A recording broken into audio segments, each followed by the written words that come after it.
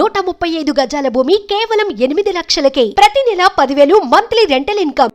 అందుకే కొన్ని ప్రత్యేకమైన పరిస్థితుల్లో ఇక్కడ అధ్యక్షుడిని మేము పెట్టలేదు. అదే సమయంలో ఈ ప్రాంతంలో ఎలక్షన్లో కూడా 2 ఎలక్షన్లు మేము పోటీ కూడా చేయలేదు. ఏ పార్టీతో కూడా అలయన్స్ పెట్టుకోలేదు. దానివల్ల కొంచెం గ్యాప్ ఉంది. ఏదేమైనా మాకు కొన్ని ప్రేక్షకులు ఉన్నాయి. ఆ రోజు ఉండే ప్రత్యేకమైన పరిస్థితుల్లో ఆంధ్రప్రదేశ్లో కాన్సన్ట్రేట్ చేయాలనుకున్నాం, చేశాం. మీరే చూశారు రిజల్ట్స్ అన్ని. ఇప్పుడు ఇక్కడ అందరూ అడిగేది ఏంటంటే ఇక్కడ కూడా పార్టీ ఉండాలని చెప్పి అడుగుతున్నారు. దానికి ఏం చేయాలో in course of time decide చేస్తాను.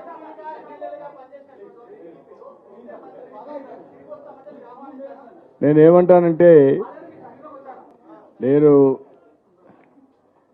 ఇక్కడ మీరు గుర్తుపెట్టుకోవాల్సింది ఊహాజనితమైన క్వశ్చన్స్కి ఆన్సర్ చేయడం కరెక్ట్ కాదు. మీరందరూ కూడా నన్ను 40 ఏళ్ళు చూశారు, కలిసి పనిచేశారు. ఓసారి సమాధానం కూడా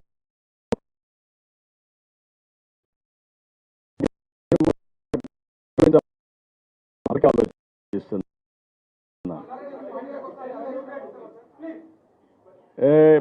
ప్రకాష్, నేనేమంటానంటే ముందే దానికి వర్తిస్తుంది. ఊహాజనితమైన క్వశ్చన్ సమాధానం ఉండదని. కాబట్టి ఇమాజినరీ క్వశ్చన్స్ వద్దు.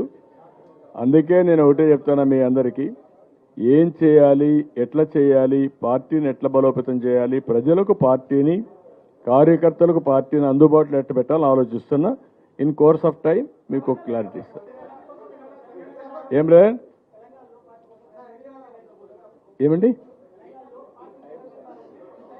ఇంత ఇప్పుడు నాకేంటంటే నేను తెలుగుదేశం పార్టీ మీరు గుర్తుపెట్టుకోవాల్సింది మొట్టమొదటి నుంచి కూడా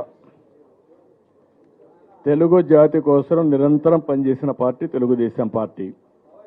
ఆ రోజు హైదరాబాద్ నగరాన్ని ప్రపంచ పట్టణంలో పెట్టడానికి విశ్వ ప్రయత్నాలు చేసాం. ఒక మంచి ఎకో సిస్టమ్ క్రియేట్ చేశాం. ఇక్కడ వచ్చిన ముఖ్యమంత్రులందరూ కూడా రాజశేఖర్ రెడ్డి మొదలుకొని రేవంత్ రెడ్డి గారి వరకు ఎవరు డెస్ట్రాయ్ చేయలేదు ఎకో సిస్టాన్ని. అదే మాదిరిగా మేము ఆ రోజు చేసిన పనులు ఆటో పైలట్లో ఉన్నాయి. ఈ ప్రజానికానికి మంచి జరిగింది. దానికి నేను సంతోషపడుతున్నాను. ఆంధ్రప్రదేశ్ రాష్ట్రానికి వస్తే టోటల్గా విధ్వంసం జరిగింది. నా టైంలో నేను 4వసారి ముఖ్యమంత్రిని, 4th టైం ముఖ్యమంత్రి అయితే మొత్తం అక్కడ చూస్తామంటే నాకే అర్థం కావడం లేదు. బ్రాండ్ ఇమేజ్ దెబ్బతినింది, అప్పుల పాలైపోయాం, ప్రతి ఒక్క వ్యవస్థ విధ్వంసం అయింది. మళ్ళీ రీబిల్డ్ చేయాలి. అలాంటి సందర్భంలో అక్కడ రీబిల్డ్ చేయాలి, ఇక్కడ మనోభావాలు గౌరవించాలి. రెండూ జరగాలి. Wheel work it out. ఆ అమ్మాయికి ఒకసారి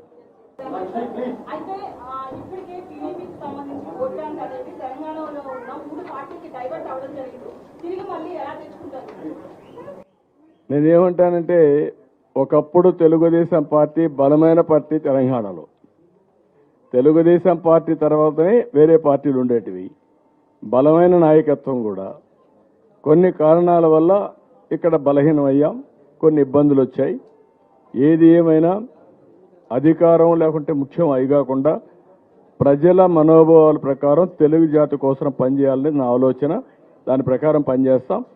పరిస్థితులు సుమన్ టీవీలో మీ పర్సనల్ అండ్ బిజినెస్ ప్రమోషన్స్ కోసం కింది నెంబర్కి కాంటాక్ట్ చేయండి.